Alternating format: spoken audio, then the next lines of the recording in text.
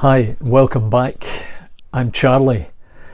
Today we're going to be looking at an industrial building of the type you would see around engineering works, or it could be a loco shed, maintenance shed. And it's a simple scratch build, and you'll really enjoy this, and it will give you a couple of ideas of how to go about it. So let's jump in and see how I made this. So here you can see what I've used. Just ordinary card covered with brick paper, and I built up that little base sill area there to give it some extra depth. And then I thought about how deep the profile was going to be, and I used foam core for the far side and for the bulkheads in between.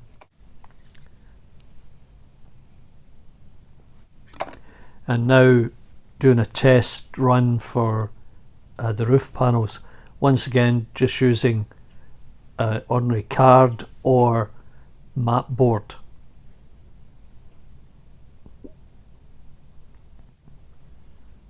And that looks pretty good, and of course I'll fill in the ends there, and you'll see that as we move along. Now for the roof panels, I've used just the ordinary card, as I said, or mat board, plus the corrugated papers that I purchased.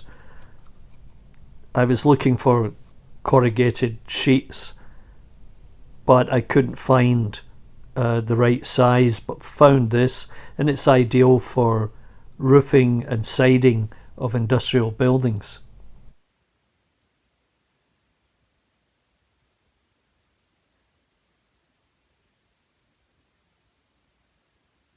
And here the local hoods have been out spray painting my building.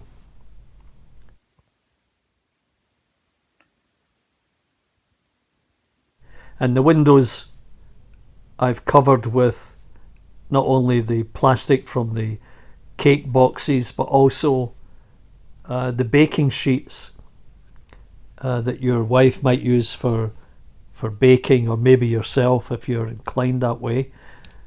And that gives it an opaque look. And I should have done this prior to erecting the bulkheads in the back side of the wall. And there's, example of the sheets from the baking sheet that I used to cover the windows. And now I've got the roof panels on and ready to apply some paint, and that, it's looking pretty good at this point. And there's silicone glue that I used. A friend had brought it back from Mexico. So the buildings begin to come together now, as you can see. Time to add in some drain pipes. I used plastikard, and there's the acrylic paint that I used. Picked it up at the dollar store. And a nice brush that I generally use for watercolour painting. Always make sure you clean it off after you use acrylic paint. And it's a bit messy, so I dropped a piece of packaging there, dropped some paint on it, and rubbed the pipes around.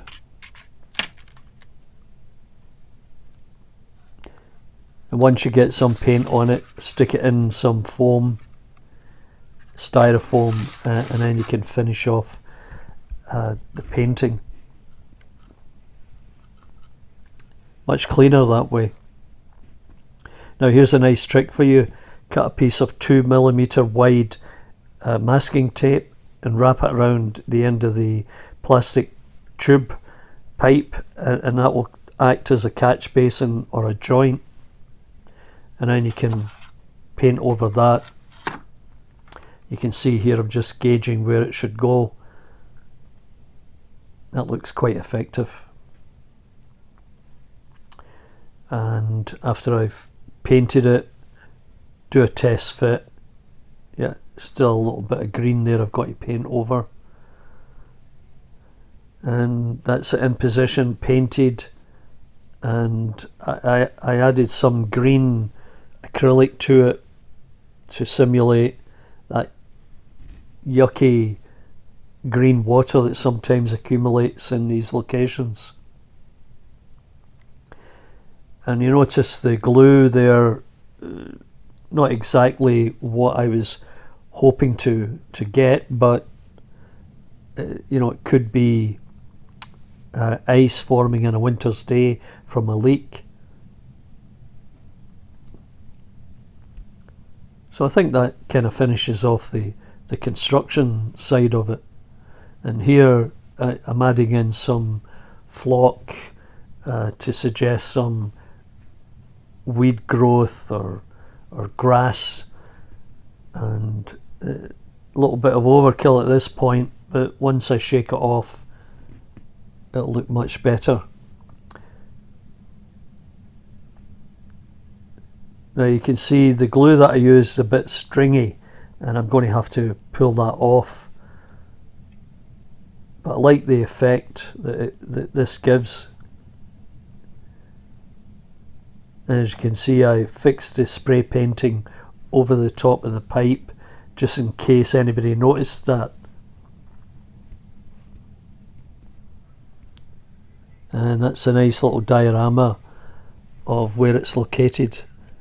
Well, I hope you enjoyed that scratch build using simple materials, basically free with the exception of the corrugated papers.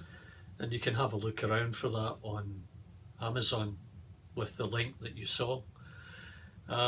So the whole idea is just to demonstrate how you can add structures and buildings to your layout simply. Do a little sketch of an outline and then add some paper to it and off you go. So that will certainly find a spot. It may not be that spot on the layout, but it certainly helps populate it. And you know, look forward to the next build. So thanks very much for dropping by.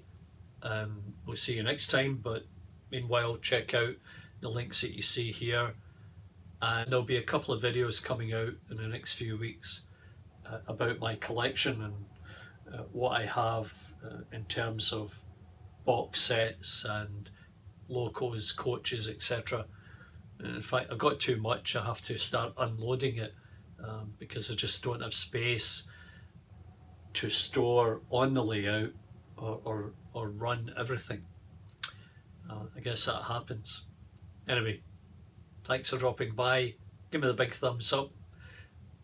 Please subscribe and we'll see you next time.